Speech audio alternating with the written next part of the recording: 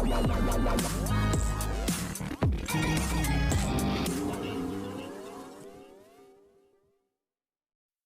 कृष्ण की कहानी की आज रात की शुरुआत होगी राधा रानी से, जो ये कहती हुई आएंगी नजर कि मैं शाम के अंदर इतना बड़ा बदलाव देखकर बहुत ही ज़्यादा प्रसन्न हूँ। तभी अच्युता जी ये कहेंगी कि नहीं राधा, ये सत्य बात नहीं है। एक व्यक्ति में इतनी जल्दी इतना बड़ा बदलाव हो ही नहीं सकता। तभी दूसरी तरफ कक्षा का अध्ययन का समय हो जाता है और सभी बालक अपनी अपनी जगह पर बैठ जाते हैं। जैसे ही सम कक्षा में एंट्री करता है तभी हर कोई उसके साथ ना बैठने की गुजारिश करते हैं और हर विद्यार्थी के मुंह से यही आवाज़ आती है कि हम सम के साथ नहीं बैठेंगे। अपने भाई का अपमान होता देख अनिरुद्ध सबके सामने कहता है कि मैं तो अपने भाई सम के साथ ही बैठूंगा और उसके बाद सारे विद्यार्थियों के बीच सम को भी बिठाया जाता है। और उसी बीच अच्युता जी बाकी बालकों को समझाती हैं कि सम अब पहले जैसा नहीं रहा है, वो बदल गया है और अब देखो वो क्रोध भी नहीं करता। और इसी के साथ कक्षा की शुरुआत होती है। क्लास में सब यहाँ पर अच्युता जी से एक सवाल पूछता है और कहता है, जो मेरे पिता हैं श्री कृष्ण, महाभारत में वो तो युद्ध नहीं लड़ रहे थे, वो तो बस एक सारथी थे, फिर भी उन्होंने युद्ध में इतना नाम क्यों कमाया है? यानी कि सब ऐसा क्यों बोलते हैं कि कृष्ण की वजह से ही महाभारत का युद्ध लड़ा और जीता गया। यहाँ पर संभ का ये प्रश्न सुनते ही अच्युता जी के मुंह पर बहुत ही बड़ी स्माइल आती है और वो कहती हैं, बड़े ही प्रेम के साथ समझाती हैं, युद्ध वो नहीं होता जो लड़ा जाए, युद्ध वो होता है जो जितनी जल्दी खत्म किया जाए और लाखों लाखों की हत्या को रोक लिया जाए। ये बात सुनकर संभ और भी ज़्यादा एक्साइटेड हो जाता है और तभी पीछे से किसी की आवाज़ आती है और कोई कहता है, बालक, कि कृष्ण के पास तो कोई शस्त्र भी नहीं था और उनके पास तो सिर्फ बांसुरी थी, तो ये सब उन्होंने कैसे किया? अच्युता जी उस बालक की ओर देखती हैं और कहती हैं हंसते हुए कि ये और तुम्हारा प्रश्न का इस सवाल का उत्तर तो तुम्हें सिर्फ और सिर्फ राधा ही दे सकती है। राधा बड़ी ही मुस्कान के साथ वहाँ बालकों को समझाती हैं और कहती हैं कि कृष्ण की बांसुरी में ही एक अलग सी बात है। मैंने प्रेम का अनुभव किया है। मैं आप सबको बता सकती हूँ कि कृष्ण और उसकी बांसुरी में कितना प्रेम है और उससे बड़े बड़े युद्ध भी जीते जा सकते हैं।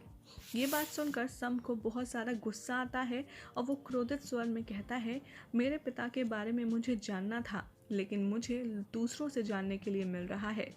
आज तक मैं उन्हीं के विषय में कुछ भी नहीं जान पाया। संभ का ये रूप देख कर के राधा रानी बहुत ही ज़्यादा गहरी सोच में पड़ जाती हैं और संभ ये कहते हुए रोने लगता है। राधा रानी सोचती हैं सम के बारे में कि आज सम अपने पिता के लिए कितना विनम्र हो गया है, भला कैसे? उसका आखिर इतने विनम्र होने का कारण क्या है? उसके बाद आप देखेंगे कि कृष्ण के बारे में बहुत ही ज़्यादा गहन विचार विमर्श करते हुए राधा रानी टहलते टहलते जंगल में चली जाएंगी और वहाँ पर वन में राधा रानी को खड़ा सोच में डूबा देख पीछे से श्री कृष्ण आएंगे। कृष्ण को आता देख राधा कहती हैं, तुम इतने वर्षों के पश्चात संभ से मिले हो, मैं चाहती हूँ कि तुम प्रेम से उसे समझाओ और आज तुम उसके साथ रहो। उसे तुम्हारी ज़रूरत है कृष्ण, वो तुम्हारे लिए बदल रहा है। ये बात सुनकर श्री कृष्ण राधा को देखते हैं और कहते हैं, सखी की इच्छा मेरे लिए आदेश। तभी दूसरी तरफ आप देखेंगे कि सभी लोग गुरुकुल के खाना खाने के लिए एकत्रित हो जाते हैं और धरा पर बैठ जाते हैं। तभी रथ की आवाज़ आती है। ऋषि सांडबंदी बोलते हैं कि आखिर इस समय कौन हो सकता है। राधा मंद मंद मुस्काती हैं क्योंकि उन्हें पता है कि रथ में कोई और नहीं बल्कि उनके प्यारे श्री कृष्ण आ रहे हैं। संभ जैसे ही कृष्ण को आता देखता है वो सोचता है कि अरे पिताश्री क्यों आ गए, अभी तो मुझे अच्युता जी को सबक सिखाना था।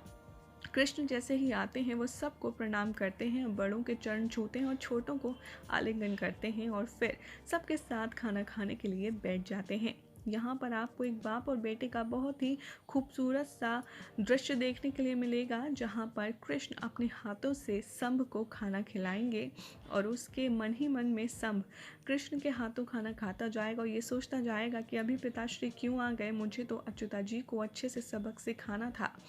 खाना खाने के बाद राधा रानी शंभ से कहेंगी कि अपने पिता के हाथ नहीं धुलवाओगे शंभ? तो शंभ कहता है अवश्य धुलवाऊंगा, और वह श्री कृष्ण के हाथ धुलवाता है।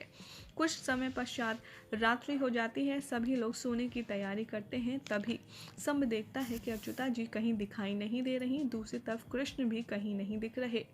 शंभ अपनी नींद से जगता है और सोचता है कि जरूर पिताश्री राधा के लिए बांसुरी बजाने चले गए होंगे। इतने वर्षों बाद जो मिले हैं, आदतें सुधरेंगी नहीं, ऐसा वो मन में सोचने लगता है। तो दूसरी तरफ जैसे ही शंभ श्री कृष्ण और राधा रानी को वन में पकड़ने के लिए जाता है, वहाँ दूसरी तरफ से श्री कृष्ण बांसुरी लेकर सभी बच्चों के बीच आ जाते हैं और अपनी बड़ी ही स्माइल के साथ बच्चों को बहुत ही ज़्यादा खुश कर देते हैं। इसी के साथ आज रात के एपिसोड की हो जाएगी ख़त्म एंडिंग, और उसके बाद क्या होगा अगले एपिसोड में ये आपको बताएंगे बहुत जल्द अपनी अगले रिपोर्ट में।